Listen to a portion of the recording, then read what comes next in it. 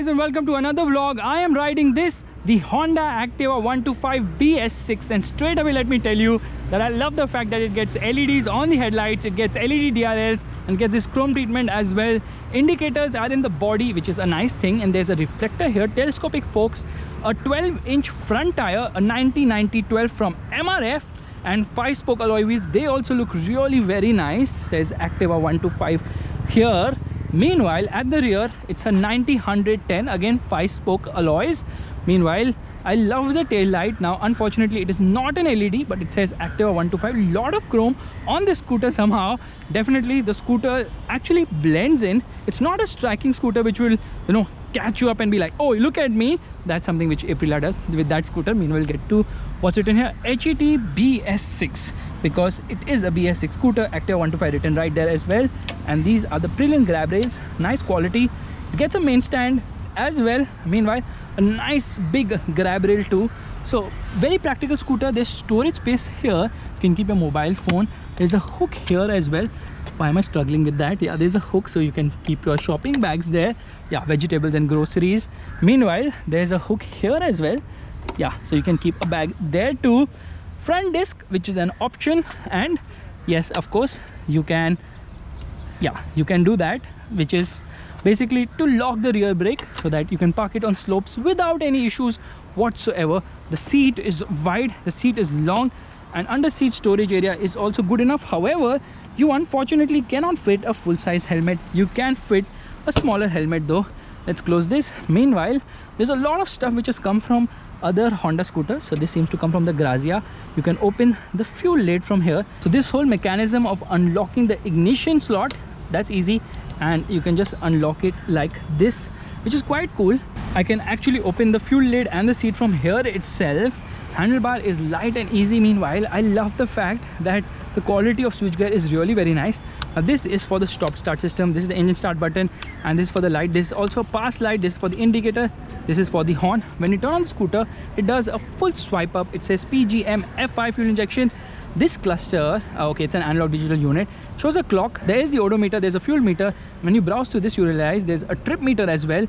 There's a real-time fuel efficiency meter, average fuel efficiency 46.9 kilometers per liter. Also a range indicator, which is the distance to empty.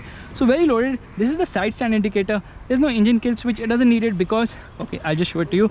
So right now, when I turn on the scooter, scooter's turned on.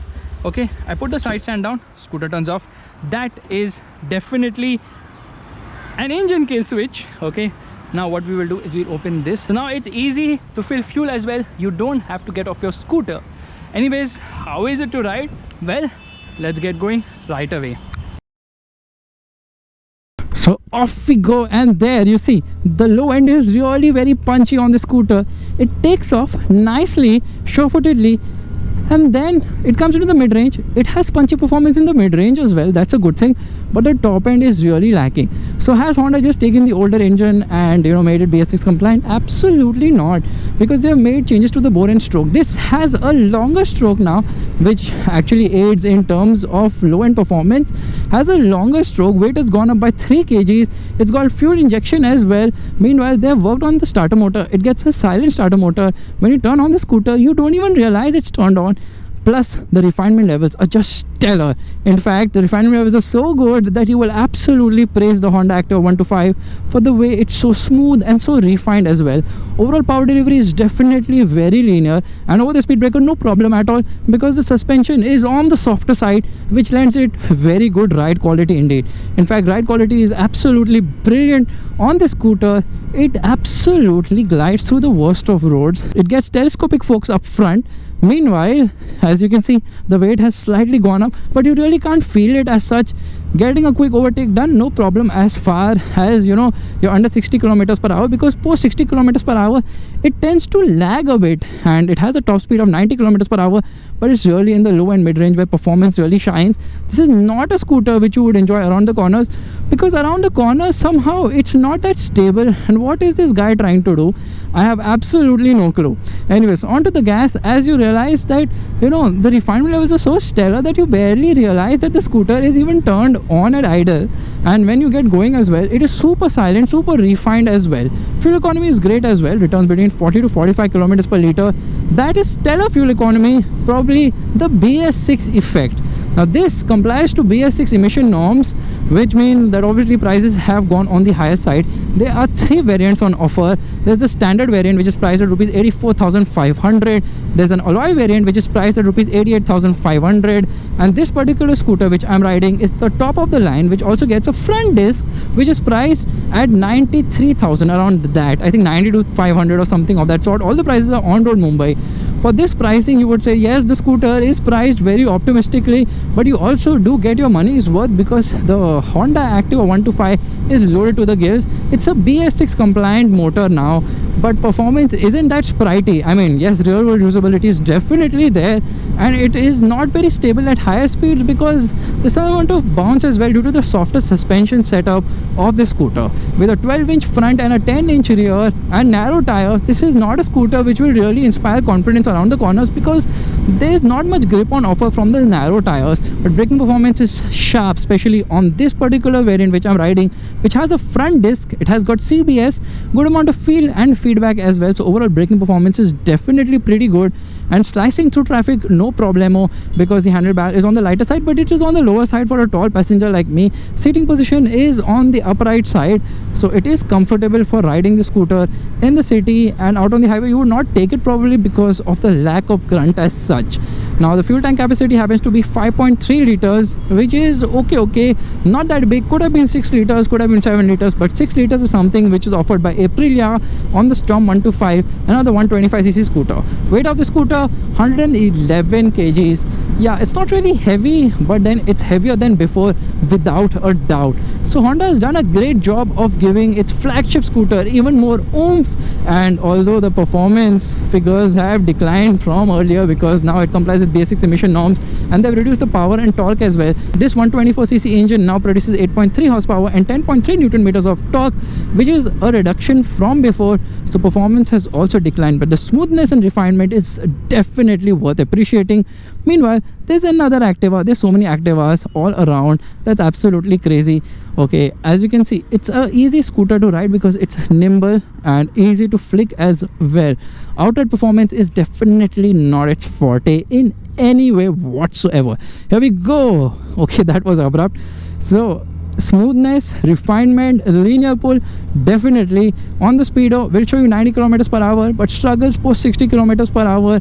And you know, there's no much sound from the scooter somehow, which is definitely a splendid thing as such, because Honda has definitely lived up to its name of offering us a very smooth and refined scooter, and in that sense it really pleases a lot.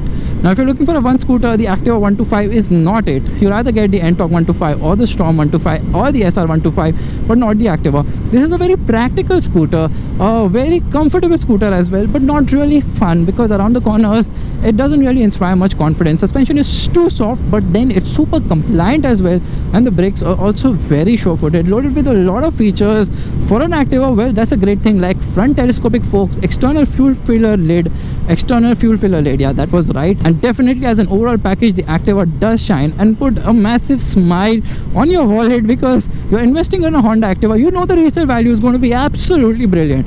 Braking performance, as long as you don't squeeze it too hard, That's what she said. you have no problem, but there's ample amount of grunt thanks to the front disc. And there you see the scooter turns off because it's got a stop start system. So here, okay, as soon as I get into the gas, it turns on, but if I stop, count till 3, 1, 2, 3, and there it will shut off. There it shut off, no noise whatsoever.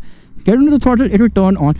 That is really smooth, that is really handy. Nicely done stop start system, Honda, nicely done.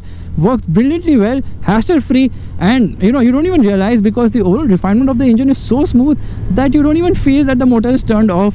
Everything is so well done on this scooter, other than the fact that the riding appeal is not there, that sporty appeal is not there. But then the Activa is not about that. I believe the Grazia is. The Grazia has a stiff suspension setup. This one is super soft, super compliant, and something which many Activa buyers will definitely appreciate. Handlebar doesn't inspire much confidence. Front feels kind of loose at higher speed, so high speed stability isn't great either. either, and you know, it just doesn't feel so planted on the road due to the smaller tire, especially in terms of width.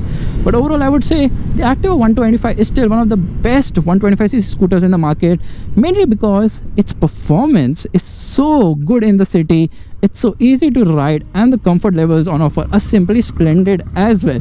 Plus, you will just blend into the crowd. No one will feel like, okay, look at him, okay, he has a lot of money, he's bought Activa 125, because there's going to be another Activa around you, the 4G or the 5G, and soon there might be a 6G, 7G, 8G, 9G, 10G, and whatever.